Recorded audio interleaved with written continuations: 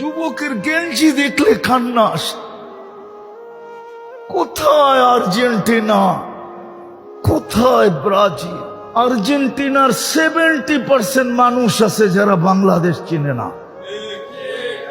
যুবক, তুই আমার চেয়ে বেশি আর্জেন্টিনা চিনোস না। যুবক, তোমরা আমার চেয়ে বেশি ব্রাজিল চিনো না। আমি দুনিয়ার 103টা দেশ দেখছি, আমি 60টা মহাদেশ দেখছি। ব্রাজিলের 80% মানুষ বাংলাদেশ চিনে না।